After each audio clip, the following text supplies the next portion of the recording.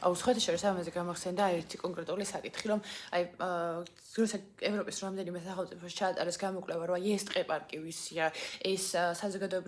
საზოგადოებრივად განთავსებადი ადგილები, სადაც ადამიანები მიდიან, ისვენებენ, რაღაც ბუნების ძალიან ლამაზი კულტურული ძეგლია შექმნილი, ანუ ადამიანებთან მიდიან და ეკითხებიან, რომ აი ვისია ეს ტყე-პარკი და ისინი პასუხობენ, რომ რა თქმა უნდა ჩვენია, ვისი იქნება თუ რაღაც ეგეთი რა გადასახადებს ვიხდით და შესაბამისად ჩვენი ამ ქვეყნის მოქალაქეები ვართ. და საქართველოში როცა ჩაატარეს ამის პარალელური გამოკითხვა, რომელი წელი იყო ზუსტად აღარ მახსოვს, მაგრამ ჩარჩენილი მაქვს,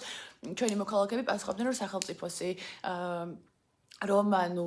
რაღაც მოკლედ ისეთი პასუხები იყო, რომ ან ჩვენია და ჩემია ნაკლებად ფიგურირებდა ამ პასუხებში. და შესაბამისად ეს არის ჩემი აზრით ცოტა არასწორი დამოკიდებულება. ეხლა კონკრეტულად ყავალაშვილს კი არ ვიცი, მაგრამ მეც ჩემი პრობლემები მაქვს ამ საკითხებთან დაკავშირებით, მაგრამ ის დამოკიდებულება, რომ აი მაგალითად ეს კონკრეტული პარტია ჩემი პოლიტიკური გემოვნების არ არის და ეხლა ის რისი გამკეთებელი არ არის სწორი, იმიტომ რომ მაინც ჩვენი რეპრეზენტაციაა ეს ჯგუფები. იქნება ეს ოპოზიციური ჯგუფები, სამთავრობო ჯგუფები, არასამთავრობო ჯგუფები, რაღაც სამოქალაქო ორგანიზაციები, მაინც ჩვენი წარმომადგენლები არიან და რეალურად მოგწონს თუ არ მოგწონს, მათ მაინც აქვს ჩვენს წინაშე პასუხისმგებლობა და შესაბამისად